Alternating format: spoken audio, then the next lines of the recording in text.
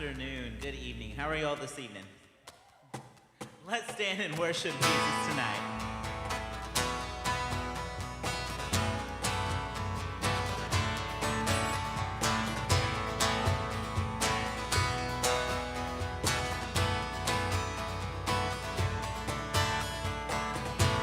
Blessed be your name, and light is plentiful, where streams of abundance flow. Blessed be your name. And blessed be your name, when I'm found in the desert place. Though I walk through the wilderness, blessed be your name. And every blessing you pour out, I'll turn back to praise. When the darkness closes in, Lord, still I will say, blessed be the name of the Lord. Blessed be your name. Blessed be the name of the Lord. Blessed be your glorious name. Blessed be your name, when the sun's shining down on me, and the world's all as it should be. Blessed be your name. Blessed be your name, on the road marked with suffering, though there's pain in the offering. Blessed be your name. And every blessing you pour out, I'll turn back to praise. And when the darkness closes in, Lord, still I will say, blessed be the name of the Lord. Blessed be your name. Blessed be the name of the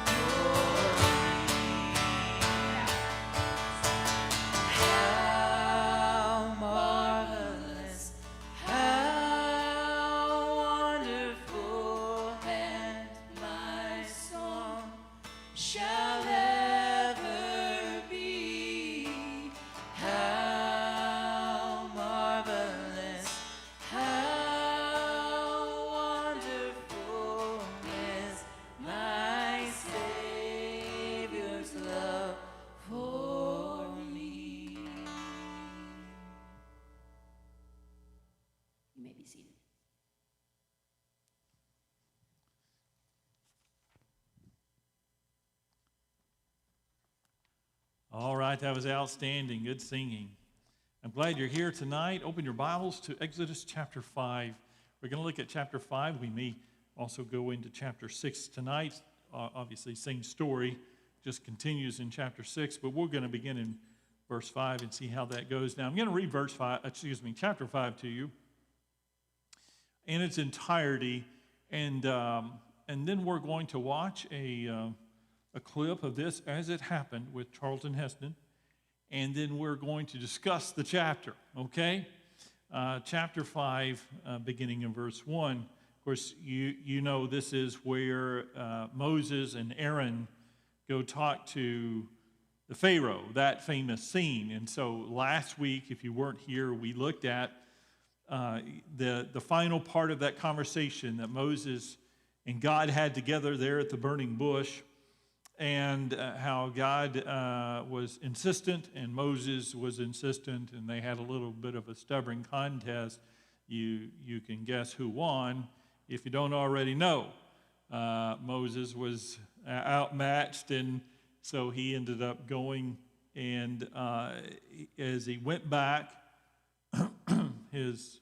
Aaron met him out in the wilderness, and then they began to talk, and God told Moses everything that was going to happen, basically, that he was to go do the miracles before Pharaoh, but Pharaoh would not listen.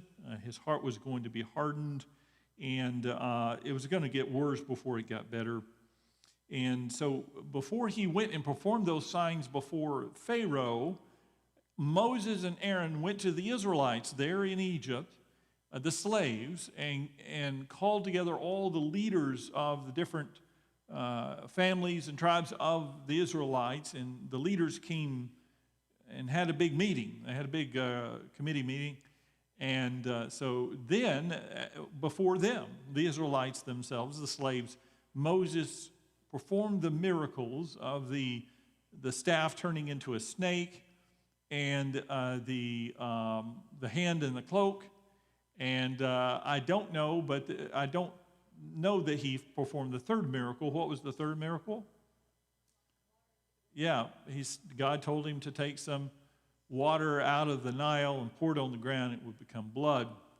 But so he performs the miracles before the Israelites, before they go to the Pharaoh. And again, I told you last week how essential that was, because the Israelites really needed to be on board, because things are going to get tough, that we're going to see tonight.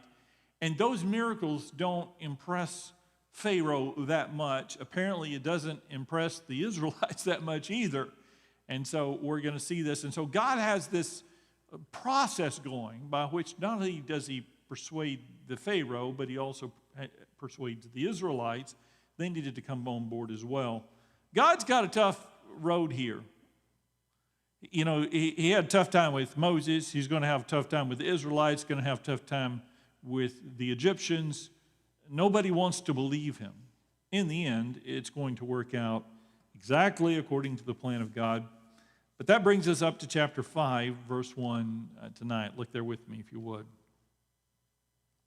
Afterward, Moses and Aaron went to Pharaoh and said, "This is what the Lord, the God of Israel, says. Let my people go, so that they may hold it." And Moses took his wife and his son. No, not yet. And he returned.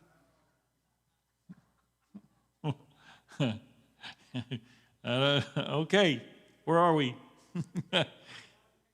I can't compete with Charlton Heston, so I'm not even going to try. Let my people go so that they may hold a festival to me in the desert. Pharaoh said, "Who is the Lord that I should obey him and let Israel go? I do not know the Lord, and I will not let Israel go." Then they said, "The God of the Hebrews has met with us. Now let us take a 3-day journey into the desert to offer sacrifices to the Lord our God, or he may strike us with plagues or with the sword." But the king of Egypt said, "Moses and Aaron, why are you taking the people away from their labor? Get back to your work." Then Pharaoh said, "Look, the people of the land are now numerous, and you are stopping them from working." That same day, Moses gave this order to the slave drivers: and foremen in charge of the people. You're no longer to supply the people with straw for making bricks. Let them go and gather their own straw, but require them to make the same number of bricks as before. Don't reduce the quota. They are lazy. That's why they're crying out, let us go and sacrifice to our God. Make the work harder for the men so that they keep working and pay no attention to lies. Then the slave drivers and the foremen went out and said to the people, this is what the Pharaoh says, I will not give you any more straw. Go and get your own straw wherever you can find it, but your work will not be reduced at all. So the people scattered all over Egypt to gather stubble to use for straw. The slave drivers kept pressing them, saying, complete the work required of you for each day, just as when you had straw. The Israelite foremen appointed by Pharaoh's slave drivers were beaten and were asked, why didn't you meet your quota of bricks yesterday or today as before? Then the Israelite foreman went and appealed to Pharaoh. Why have you treated your servants this way? Your servants are given no straw, yet we are told, make bricks. Your servants are being beaten, but the fault is with your own people. Pharaoh said, lazy. That's what you are, lazy. That's why you keep saying, let us go and sacrifice to the Lord. Now get to work. You will not be given any straw, yet you must produce your full quota of bricks. The Israelite foremen realized they were in trouble when they were told, you are not to reduce the number of bricks required of you for each day. When they had left Pharaoh, they found Moses and Aaron waiting to meet them. And they said, may the Lord look upon you and judge you. You have made us a stench to Pharaoh and his officials, and have put a sword in their hand to kill us. Moses returned to the Lord and said, O Lord, why have you brought trouble upon this people? Not your people, this people. Is this why you sent me? Ever since I went to Pharaoh to speak in your name, he has brought trouble upon this people, and you have not rescued your people at all. So that's chapter 5. It's a fun chapter, isn't it? Now, there is actually quite a bit to talk about here. I'm not going to keep you long. I'm just going to try to get to it as quickly and efficiently as possible. But some interesting things happen in this chapter. I'll give you an opportunity in just a moment to talk about anything that you might have noticed. But first, let's go ahead and watch this famous scene from the movie The Exodus. His son, and he returned to the land of Egypt. And Moses took the rod of God in his hand. Let the ambassador from Priam, king of Troy, approach the Pharaoh.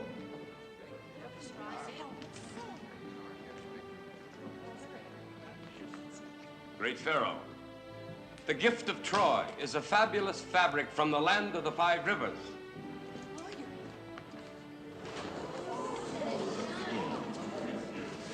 Our thanks to Priam. It is fabulous indeed. It shimmers like the Nile. What is it? How is it made? No one knows, Great Pharaoh. It is spun on the looms of the gods. They call it silk. The ambassador from Jericho. What kingdom has sent you? The kingdom of the Most High. These must be ambassadors for an ill-defined one. Bedouins? What gifts do you bring? We bring you the word of God.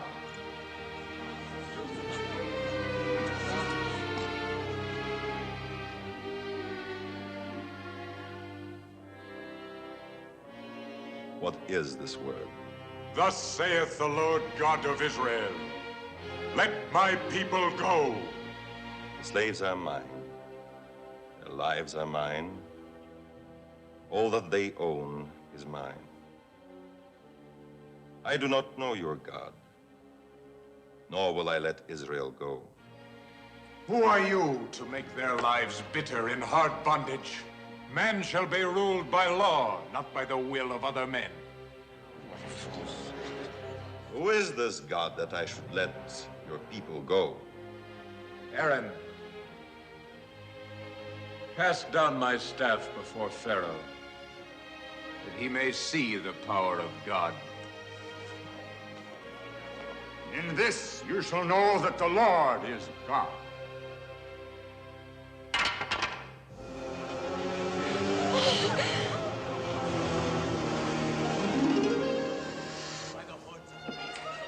Mother! Mother! He turned his staff into a cobra. Nothing of his will harm you, my son.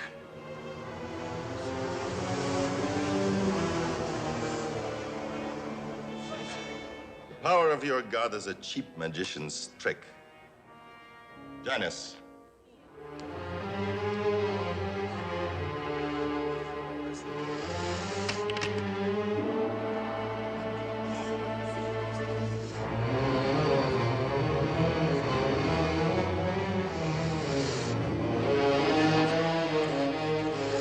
Mother, look!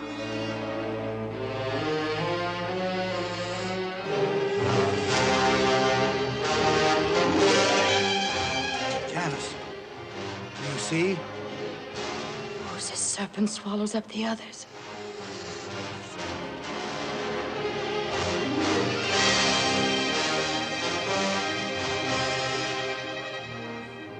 You gave me this staff to rule over scorpions and serpents, but God made it a rod to rule over kings. Hear his word, Ramses, and obey. Obey? Moses, Moses. Are there no magicians in Egypt that you have come back to make serpents out of sticks? Or cause rabbits to appear?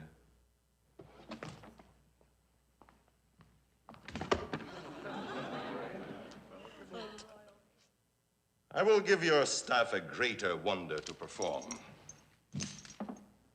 Bear it before your idle people and bid them make bricks without straw. How can people make bricks without straw? Let his staff provide them with it. Or let them glean straw in the fields for themselves.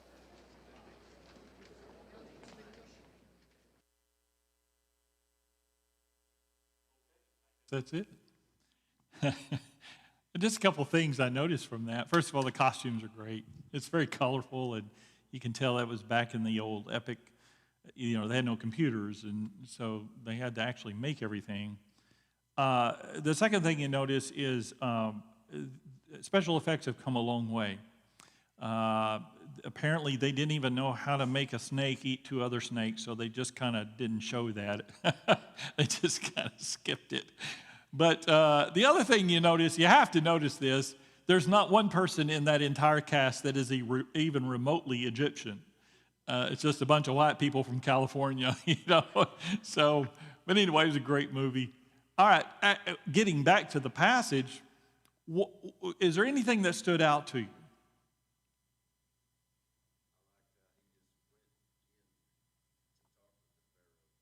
All right. It's amazing that he was able to go talk to the Pharaoh at all. Apparently they had some forum for that, or maybe they recognized him. I don't know, but he was allowed to go before Pharaoh. It's true. That's interesting. Anybody else? Anything else you noticed? All right, let me just give you 5 quick thoughts tonight, and then we'll move to our prayer list and end our Bible study. But these are important. Number 1, don't expect God's plan to be easy. Don't expect God's plan to be easy. And even though it has been so long since then, and Sunday, I messed up. I'll confess this Sunday, I talked about Jeremiah last Sunday, and I said 1,500 years was 2,500 years. And so we're looking here at least that, somewhere around 2,500 or more, 1517 BC, 15 to 1700 BC, somewhere around there.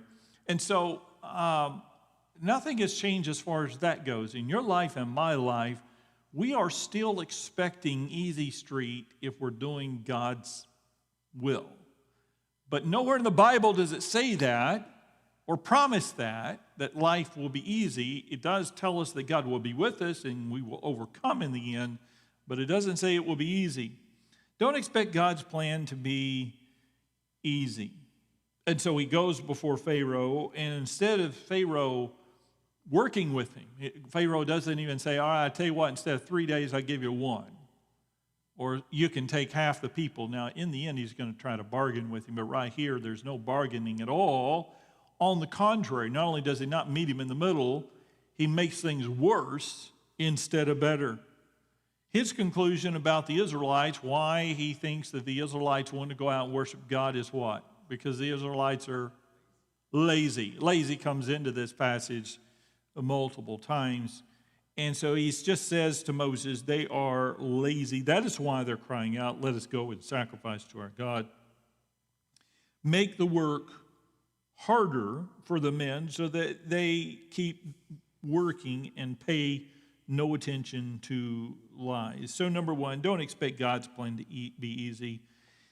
As far as our life and our situation here in the United States, I think it's important that we not give up too easy as God's people.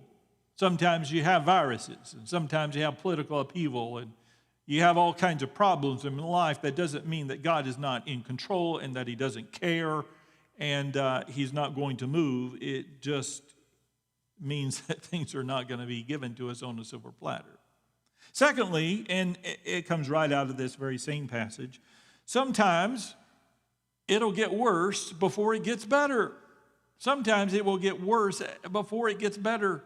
In fact, oftentimes life is that way. I want you to know if you're having difficulty right now, and whether you're here or you're watching online, sometimes it's going to get worse before it gets better. Don't expect easy street overnight or resolution overnight. It takes time. We looked at the life of Joseph previously, going through Genesis, and when we saw that, for Joseph, even though he had done nothing wrong, really, he was a part of God's plan, and God put him down in Egypt as a slave for a reason. He had a purpose for him, and ultimately it was to bless him and to bless his family and to build a nation out of him. And so Joseph would end up, by the end of his life, being richly blessed in every way you can imagine. Great family, great wealth, great power, a great legacy, and obedience before God, being pleasing to God. But before that could happen, he had to end up as a slave and as a prisoner for years. And so sometimes it will get worse before it gets better. I believe that God's in control and he's going to take care of it. But I'll warn you, it may get worse before it gets better. Don't be surprised. And so I see that. Number 3, be ready to get called all kinds of names. Be ready to get called all kinds of names. In verse 17, if you look there, Pharaoh said, lazy. That's what you are, lazy. That's why you keep saying, let's go and sacrifice the Lord. Now get to work. You will not be given any straw. You must produce your full quota of bricks. Because when they had to do that previously in the previous verses, obviously you can't make bricks without straw. And where are you going to get straw? So they're out scrounging up any stick they can find to use as straw, and they don't meet their quota. So the Israelite leaders that were in charge of groups of Israelites, they were all brought before the Pharaoh. They were all beaten, by the way. And so they were beaten first. Then they go to Pharaoh and say, hey, this is a bad deal. What's going on? Got no hay? And so this is Pharaoh's response to them. Well, you're just a bunch of lazy people. Get ready to be called all kinds of names. Jesus himself said that people will curse you and persecute you because they did that to him, that they will hate you. They did that to him. And when people hate you, they're going to end up saying bad things to you and about you. Get ready, be prepared to get called all kinds of names. I've been referred to in many ways as a Christian and as a Baptist, and some of them are not flattering. Just get used to it. Number 4. No, that was 3. 1 was don't expect God's plan to be easy. Number 2 was sometimes it'll get worse before it gets better. Number 3 is get ready to be called all kinds of names. Number 4, you'll get lots of criticism.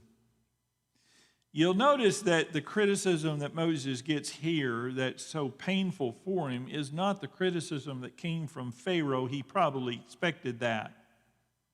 It's the criticism that he receives from his own people that's hard for him to bear. I'm amazed. Moses, again, he had fled Egypt 40 years earlier because he had killed an Egyptian. And when he goes before Pharaoh, that never comes up. I don't know if they forgot or all those people are dead now. I don't know. But he had a death sentence on him when he fled out of Egypt, so he doesn't get killed.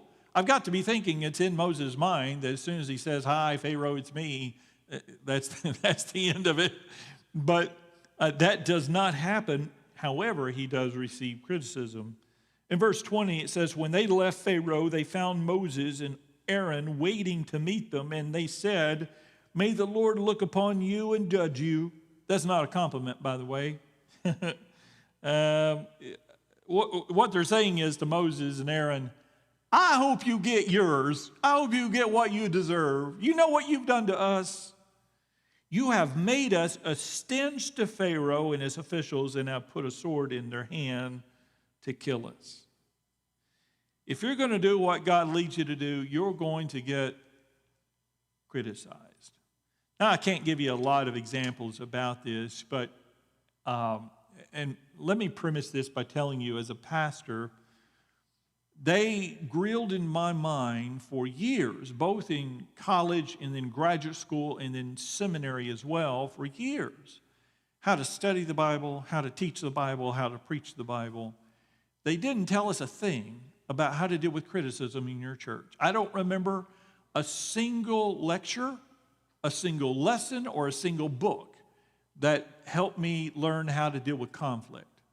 I think they thought if I just knew everything about the Bible and I just got thrown into the mix, it'd all work out. And I guess maybe they're right, but I was not prepared emotionally for what I was going to encounter. When I came here at First Baptist Church, I came, as you guys know, I came into that little building that had been built in 1961. It was a very minimal building at the time, even then, even when it was new.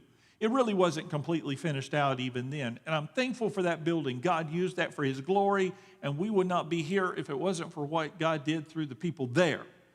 And sometimes God doesn't need big fancy buildings. It was a start.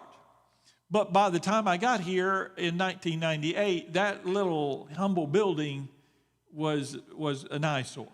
It's just old. It's part of life. Everything gets old, you know.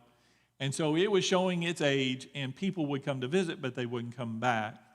In the midst of that, the church had been declining for years, and I'd looked all that up and seen this steady decline. And so there was a spirit of discouragement. Good people, by the way, sweet people there, but there was a spirit of discouragement in the church. And I recognized that they were hoping to goodness I was going to pull a rabbit out of my hat somehow and turn everything around, or that God was going to do miracles. But I know that this is human nature. It's not their fault. There were a few people in our church that was hoping I was going to turn everything around somehow miraculously, and yet without making any changes at all. That it was going to do exactly what they liked and what they were used to, and yet somehow it was just going to start growing.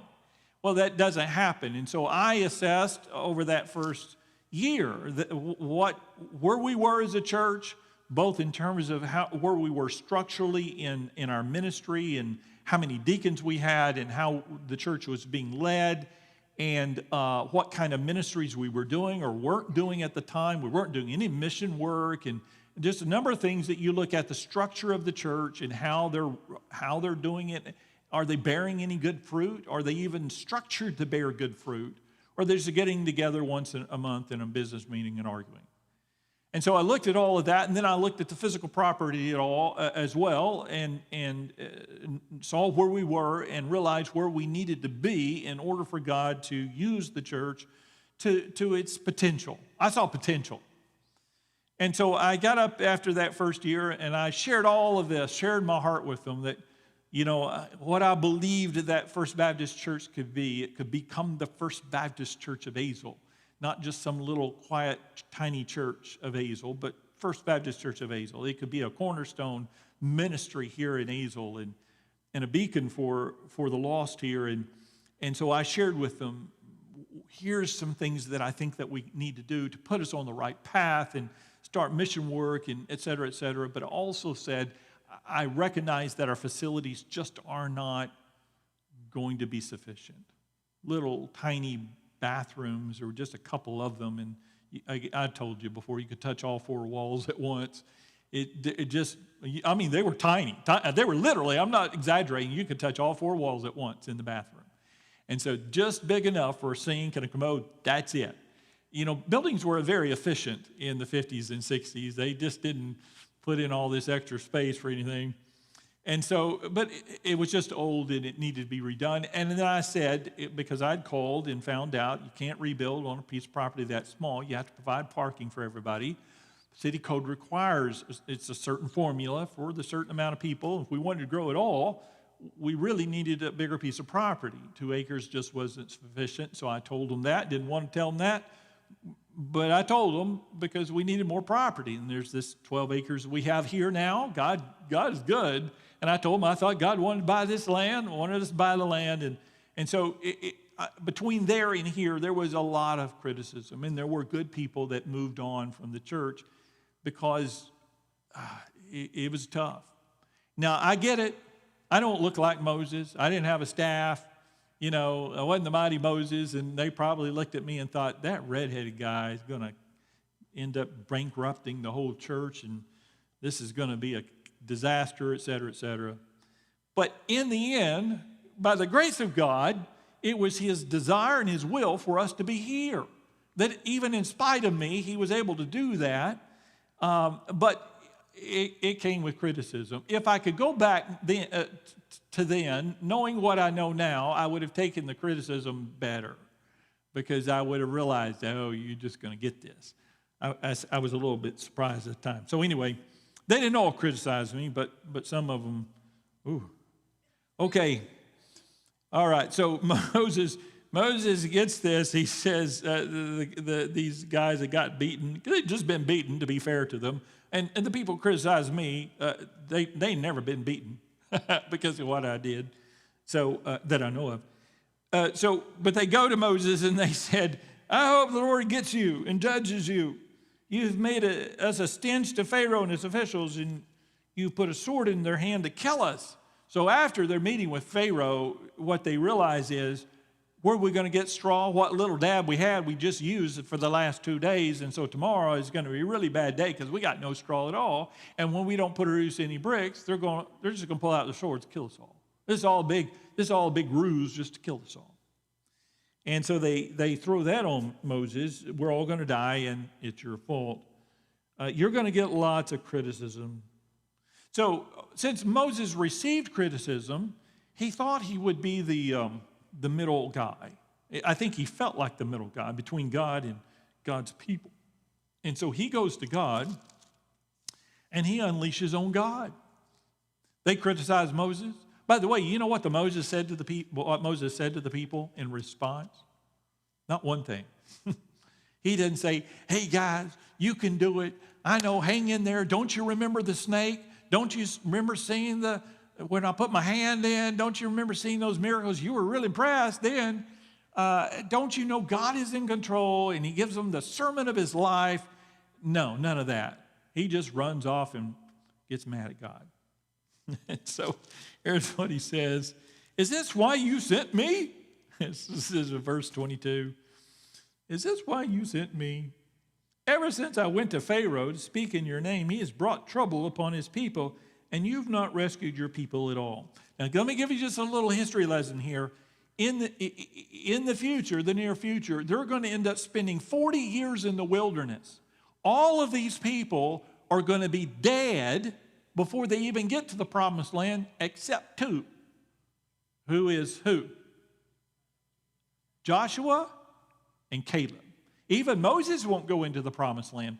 None of these people are going to make it because they're stubborn and obstinate people.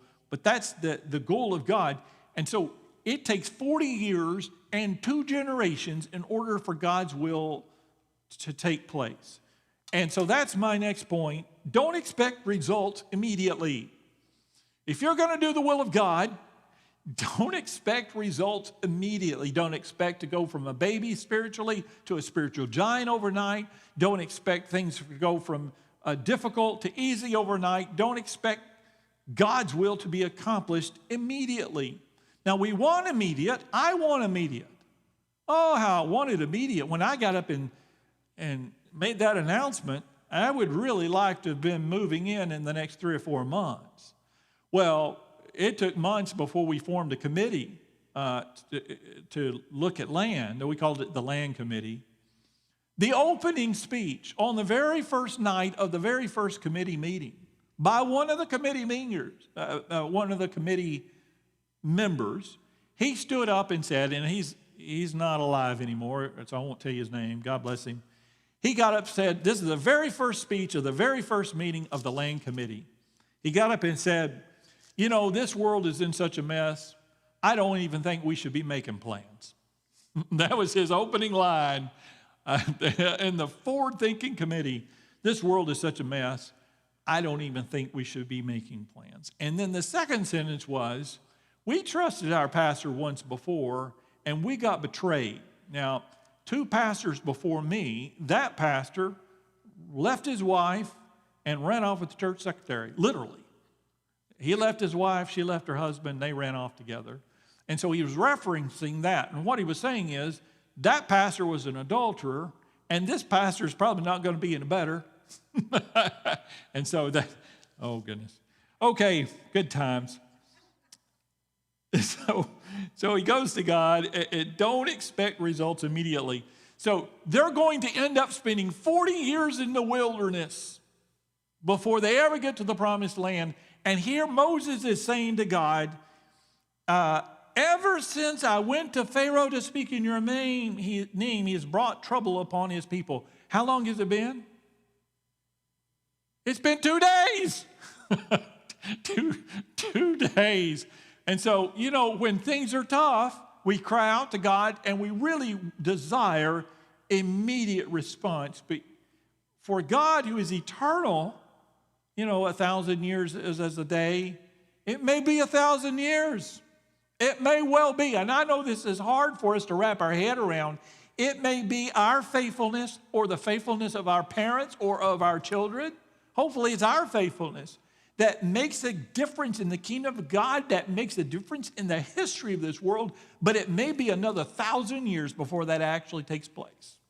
It may be seeds that we are sowing now will not come to fulfillment for another 1,000 years, maybe 500 years, maybe 50 years, or maybe next year. Only God knows. But I really would prefer it to be in 2 weeks. I'm on a schedule. I would really rather not be in heaven for a while before I get to look down and see what happens. I'd kind of like for it to be now. But God's plan isn't, God's timing isn't hardly ever our timing. So we have to mold ourselves to God's timing. The Israelites had to as well. God could have just snapped his finger. He moved in Pharaoh's heart. The Bible said, we looked at that last week, that God hardened the heart of Pharaoh. You know what else God could have done? He could have softened his heart. He could have had him just bawling like a baby and not even knowing as soon as Moses walked in. He could have said, oh, Moses, I miss you so much. I give you whatever you want. He could have moved in Pharaoh's heart to do anything because God's sovereign. Instead, he did the opposite. He hardened Pharaoh's heart. And the reason was, I think, because God had some lessons he needed to teach his people, and they never would have learned it had he made it easy for them. Same for you and me. Don't expect results immediately. All right, with that, do you have any questions? Yes.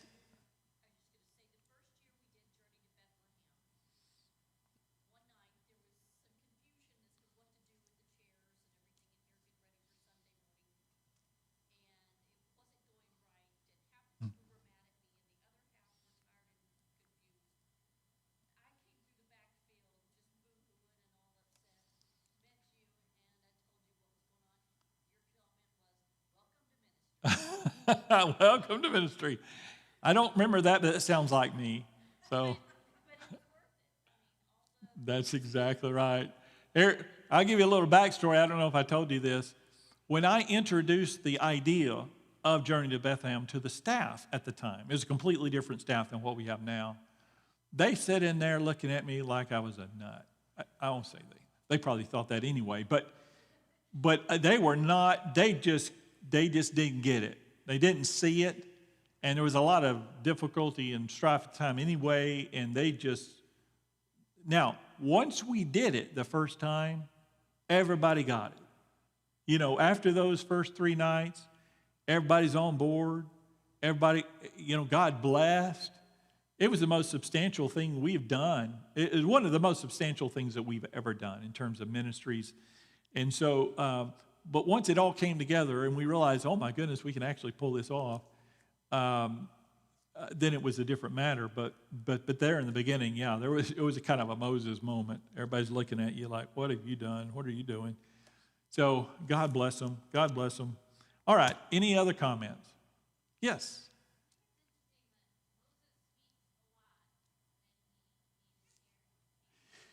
Yeah, and to be fair, reading between the lines, it's difficult to discern where Moses is actually speaking directly, or if he's just, or if he's just likely turning to Aaron and says, you say this, and then Aaron turns and says it.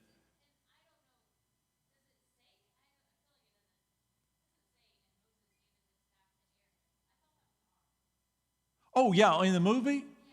Yeah, it would be consistent with what God said that he was using Aaron to do. Here is, and I may be wrong, I'll have to go back and read all this, and as we read through it, my guess is that Moses goes in, and he goes to the people first, does the miracles, and then he goes into Pharaoh at first, does the miracles, and I suspect he's using Aaron a lot. But I also suspect after a while, Aaron's just standing there because Moses he's getting mad. You know, by the time all those miracles and all those plagues come along, Moses he's getting his second wind at that point.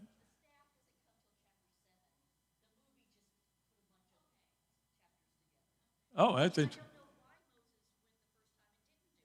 Oh, yeah. Oh, he didn't do it here?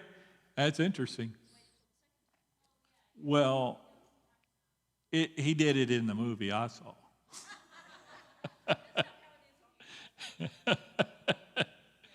All right, very good. All right, that concludes our Bible study for tonight. We will continue in that conversation, that very story next week. Be sure to be here for that. So we'll conclude that for tonight. If you would, take your prayer list for the week. Does anybody need a prayer sheet?